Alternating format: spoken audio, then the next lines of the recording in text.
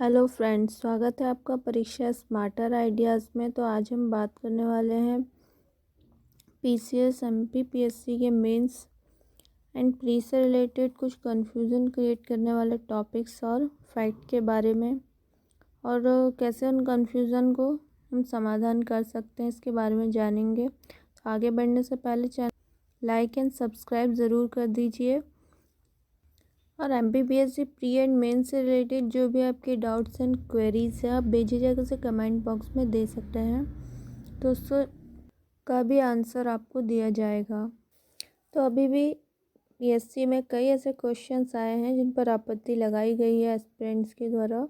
तो इसमें हम जानेंगे कि कई बार क्वेश्चन का पैटर्न क्यों रहता है, ऐसा कैसा होता है कि जब हमें उसमें क्रिएट होता है, और कई बार उनकी तरफ से आंसर हमें गलत क्वेश्चंस हमें गलत दिए जाते हैं, और या फिर हम कई बार अलग अलग ओपिनियन की वजह से किसी क्वेश्चन के हमें दो आंसर देखने को मिलते हैं। तो ये आप थोड़ा सा एक चीज़ को समझ सकते हैं जो मैं आपको बताने वाली हूँ इस वीडियो में, और साथ ही हम इसमें स्ट्रैटेजी और प्रिपरेशन के ऊपर भी बिल्कुल चर्चा करने वाले हैं।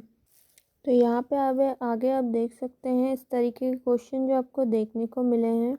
इसमें आप एक चीज़ ये देखिए कि जब आप ऑब्जेक्टिव किसी भी बुक से किसी भी सब्जेक्ट के ऑब्जेक्टिव को सॉल्व करते हैं, तो आप देखेंगे कि यहाँ पर इनमें से कोई नहीं वाले क्वेश्चंस में आपको कंफ्यूजन बैठेगा, क्योंकि ये मैंने कई बार करके देखा है। तो पहले मेरे ये क्वेश्चन गलत हुआ करते थे, जिसमें मुझे लगता था कि ये इनमें से कोई नहीं होना चाहिए, जबकि उसका आंसर कुछ और आता था। जब मैं ऑब्जेक्टिव सॉल्व कर रहे हैं, आप किसी भी पॉलिटी ले लीजिए या फिर कोई भी एमपी का टॉपिक उठा लीजिए जिसमें आपको इस तरह के क्वेश्चन देखने को मिलते हैं, तो जब बार बार आप सॉल्व करते हैं तो आपको एक मेमोरी में बैठ जाता है कि इस तरीके के क्वेश्चन क्यों गलत हो रहे हैं। तो इस वजह से मेरा आंसर इसका सी रहा है, लेकिन मैक्सिमम लोग इसमें डी भी मान के चल रहे हैं। अब इसमें समझने वाली बात क्या आ रही है कि जब भी किसी आंसर में आप इनमें से कोई नहीं देखते हैं, नन ऑफ दिस अबव, तो ये आप देखते हैं कि इसमें उस फैक्ट से रिलेटेड कोई भी चीज़ उसमें किसी भी ऑप्शन में नहीं दिखाई देती है, तब हम उसमें इनमें से कोई नहीं आंसर सेलेक्ट करते हैं। अब कई बार क्वेश्चन की नेचर ऐसा है कि वह उस तरीके से पूछा गया है और इसमें भी है दिया गया है। अगर ये बात भी नहीं होती, ये फैक्ट भी इसमें नहीं दिया होता कि ये चीज़ इसमें होती नहीं कि ये निर्वाचित सदस्य और राज्य विधानसभाओं के निर्वाचित सदस्य, तब हम इसमें नन ऑफ दिस अबव लगा सकते थे। अब क्योंकि ये होता है, तो एक चीज़ ये हो गई कि आपको ये भी है कि आप इसको नहीं मान सकते कि नहीं है, कोई भी नहीं है। तो जब आप इस तरीके क्वेश्चंस बार बार सॉल्व करते हैं, जो कि मैंने कई बार किए हैं, तो आपको एक ओपिनियन आपकी भी ऐसी बैठ जाती है कि हाँ, इसमें ये भी हो सकता है। तो ये इस तरीके से भी आप देख सकते हैं। आगे हम जब बुक्स की बात करते हैं, तो इसमें एमपी के कई अपडेट बुक्स और अच्छे वर्जन आ गए हैं, जिनमें महेश कुमार वर्णवाल और माहेश्वरी वगैरह की बुक भी आपको देखने को मिल रही हैं, जिसमें आप कोई भी प्रीलिम्स के स्टूडेंट अगर आप एक बुक ले रहे हैं, तो आप उसको कैरी ऑन कर सकते हैं आगे के लिए, क्योंकि ये बार बार बुक बदलने से आपको कन्फ्यूज़न क्रिएट होगी। और जो कुछ भी एमपी से रिलेटेड नया आ रहा है, आप उसे अपनी बुक में या नए कोई भी नोट्स में, जहाँ भी आपने नोट्स बनाए हैं वहाँ ऐड कर सकते हैं। उसके लिए आपको नई बुक की ज़रूरत नहीं पड़ेगी।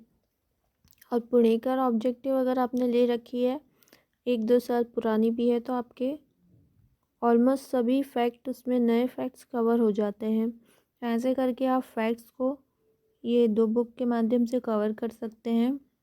और जो भी नए स्टूडेंट्स अभी तैयारी स्टार्ट कर रहे हैं, तो उनके लिए मैं कहना चाहती हूँ कि आप जब भी एमपी को उठाएंगे और स्टार्ट करेंगे इसे रीड करना, तो आप इसके वन लाइनर फैक्ट के बजाय इसके समग्र इसको एक चैप्टर के रूप में इस स्टडी कर सकते हैं, जिसमें कि आप वन लिनियर की बजाय उसको एक चैप्टर के फॉर्म में पढ़ें, जिसमें कि आप एक सरसरी निगाह से इसे पढ़ सकते हैं, जैसे कि आप कोई स्टोरी रीड करते हैं। उसके बाद आप इसके वन लीनियर फैक्ट को ऑब्जेक्टिव की बुक से लगा सकते हैं। ऐसा करना आपके लिए बहुत ईजिली होगा। फैक्ट याद करने के लिए आपको मेमोरी में बिठाने में ये बहुत हेल्प करता है।